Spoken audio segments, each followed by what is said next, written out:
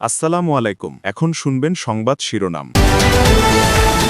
সিলেট আলিয়া মাদ্রাসা মাঠে ধানের শীষের পক্ষে প্রথম জনসভা করলেন তারেক রহমান। বললেন, দিল্লি নয়, পিন্ডি নয়, সবার আগে বাংলাদেশ।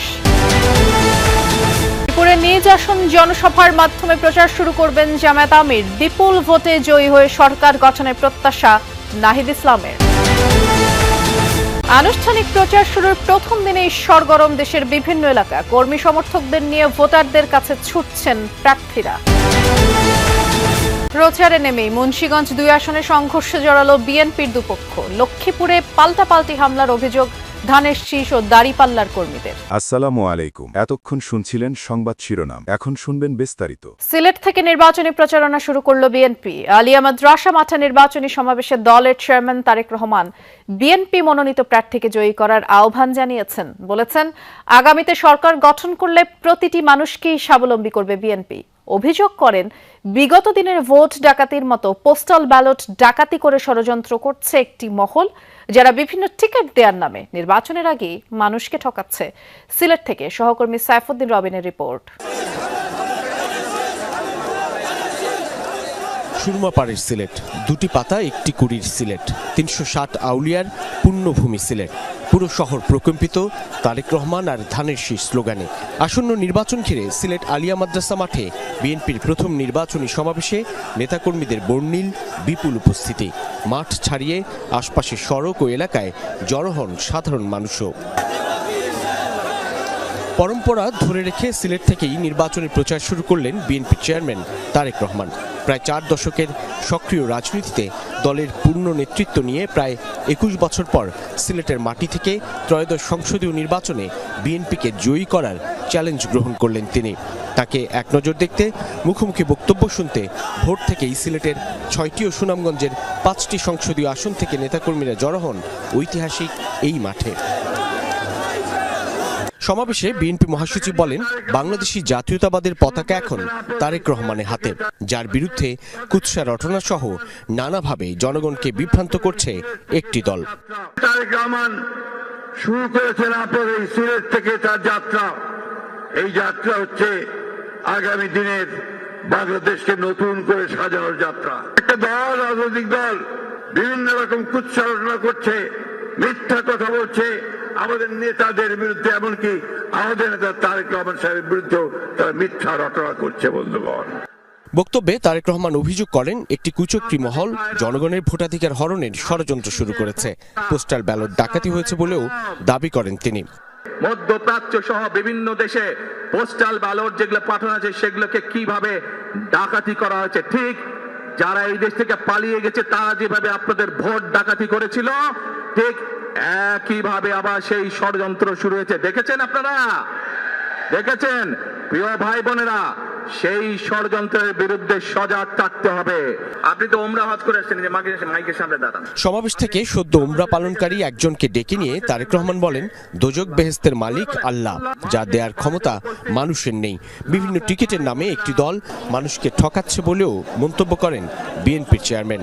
নির্বাচনের আগেই একটি দল এই দিব ওই দিব বলছে, টিকিট দিব বলছে না, যেটার মালিক মানুষ না সেইটার কথা যদি সে বলে, এক শিরকি করা হচ্ছে না। যার মালিক আল্লাহ, যার অধিকার শুধু আল্লাহর একমাত্র, সবকিছুর অধিকার উপরে আল্লাহর অধিকার। কাজেই আগেই তো আপনাদেরকে ঠকাচ্ছে, নির্বাচনের ফলে তাহলে কেমন ঠকাবে আপনাদেরকে বোঝে নেবার। গত ২০ বছরে দেশে জনসংখ্যা যে পরিমাণ বেড়েছে, আনুপাতিক হারে নাগরিক সুবিধা বাড়েনি বলেছেন বিএনপি চেয়ারম্যান তারেক রহমান। সকালে সিলেটের একটি হোটেলে বিভিন্ন শিক্ষা প্রতিষ্ঠানের শিক্ষার্থীদের সাথে আগামী বাংলাদেশ এবং নিজের পরিকল্পনা নিয়ে ইউথ পলিসি ডায়ালগে এসব কথা বলেছেন তিনি। তারেক রহমান বলেন, দীর্ঘ ১৭ বছর বাধ্য হয়েই তাকে বিদেশে থাকতে হয়েছে। যুক্তরাজ্যে অবস্থানকালে যে অভিজ্ঞতা হয়েছে তা কাজে লাগিয়ে দেশে বড় পরিবর্তন আনার চেষ্টা করা হবে। এছাড়া দেশ গড়ার বিষয়ে নানা প্ল্যানের কথাও জানান তিনি। অংশগ্রহণকারী শিক্ষার্থীরা এ সময় দেশের স্বাস্থ্য, শিক্ষা, কর্মসংস্থান, মানুষের মৌলিক পরিবর্তনের বিষয়ে নানা প্রশ্ন করলে তিনি উত্তর দেন।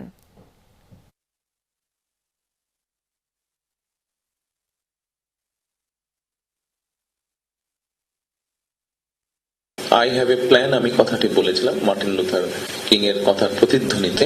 আমরা অনেক স্বপ্ন দেখেছি, স্বপ্ন দেখার ফলে দেশ থেকে $16 বিলিয়ন পার হয়ে গিয়েছে প্রতি বছর।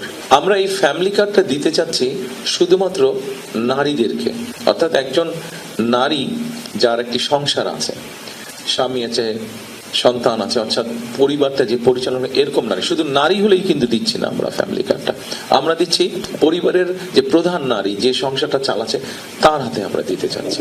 এই জনসভা নিয়ে আরো বেশ কিছু খবর আপনাদেরকে জানাবো, তবে তার আগে একবার রাজধানীতে ফিরতে চাই, কারণ রাজধানীর মিরপুর আদর্শ স্কুলে ঢাকা 15 আসনে নির্বাচনী জনসভায় বক্তব্য রাখছেন জামায়াত আমির ডাক্তার শফিকুর রহমান। সরাসরি যাচ্ছি। আসসালামু আলাইকুম ওয়া রাহমাতুল্লাহ। প্রিয় এলাকাবাসী, আপনারা কেমন আছেন? আলহামদুলিল্লাহ রাব্বিল আলামিন, ওয়াসসালাতু ওয়াসসালামু আলা রাসূলিহিল কারীম ওয়া আলা আলিহি ওয়া সাহবিহি ওয়া আহলি বাইতি আজমাইন। বাংলাদেশ জামায়াতে ইসলামী ঢাকা 15 নম্বর আসন পরিচালনা কমিটি কর্তৃক আয়োজিত আজকের এই নির্বাচনী জনসভার সম্মানিত সভাপতি, মঞ্চে বসা বিভিন্ন বন্ধু সংগঠনের শীর্ষ নেতৃবৃন্দ, বাংলাদেশ জামায়াতে ইসলামীর কেন্দ্রীয় নেতৃবৃন্দ, উলামায়ে কেরাম, বিশিষ্ট ব্যক্তিবর্গ, আমার সামনে উপস্থিত প্রিয় মিরপুর এবং কাফরুলবাসী, আমি আপনাদের প্রতি গভীর কৃতজ্ঞতা জ্ঞাপন করছি। মূল্যবান সময় কুরবানি করে আপনারা এখানে হাজির হয়েছেন আমাদের দুটি কথা শোনার জন্যে। মহান রাব্বুল আলামিনের দরবারে শুকরিয়া আদায় করছি, তিনি এরকম একটি আয়োজনে আমাদেরকে আজকে হাজির হওয়ার তৌফিক এনায়েত করেছেন। আমি গভীর শ্রদ্ধার সাথে তাদেরকে স্মরণ করছি।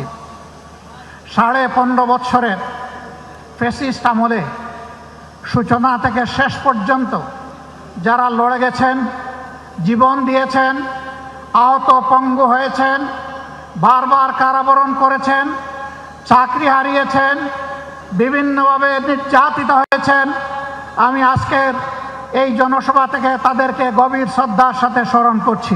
সিলেটের আলিয়া মাদ্রাসায় জনসভা শেষে ঢাকায় ফেরার পথে মৌলভীবাজার সদরে জনসভায় অংশ নেন বিএনপি চেয়ারম্যান তারেক রহমান। এ সময় তিনি বলেন, গত 15-16 বছর জনগণের ভোট ডাকাতি হয়েছে, বর্তমানে আরেকটি রাজনৈতিক দল এই ষড়যন্ত্রে লিপ্ত হয়েছে। রাজনৈতিক দলটি যদি 71-এ দেশের পক্ষে ভূমিকা পালন করত, তাহলে লক্ষ লক্ষ মানুষ শহীদ হতো না বলেও মন্তব্য করেন বিএনপি চেয়ারম্যান তারেক রহমান। আরও বলেন, নানাভাবে বিভ্রান্তি ছড়ানো হচ্ছে, তাই সবাইকে সজাগ থাকতে হবে। বিএনপি জনগণের ভোটে ক্ষমতায় গেলে চা শ্রমিক, কৃষক, দিনমজুরদের জন্য ফ্যামিলি কার্ডের ব্যবস্থা করবে বলেও জানান তারেক রহমান। আমি একজন প্রবাসী, 15 বছর 16 বছর কি হয়েছে, জনগণের ভোট ডাকাতি হয়েছে। এখন এই দেশে এখন বর্তমানে আরেকটি রাজনৈতিক দল, তারা এই ষড়যন্ত্রে লিপ্ত হয়েছে। 71 সালে এই মাটির সাথে রক্ত মিশে আছে আমাদের মুক্তিযোদ্ধাদের।